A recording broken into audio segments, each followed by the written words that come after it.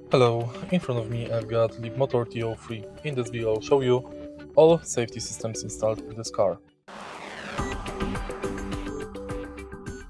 Let's start with driver's doors. Right here you can find standard child lock for Windows. Now take a look at the steering wheel.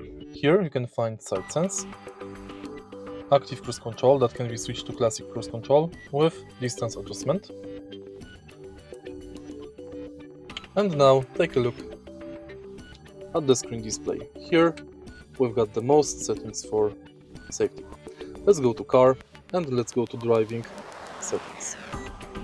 Here you can switch driving mode, steering mode, you can enable auto hold and you can disable ESC. In driving assists you can enable auto emergency braking, forward collision warning, blind spot detection, door opening warning, lane keeping assist, lane departure warning, distraction warning, speed assist system, overspeed warning sound and speed limit change sound.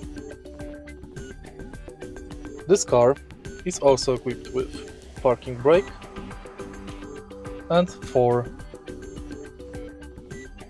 airbags.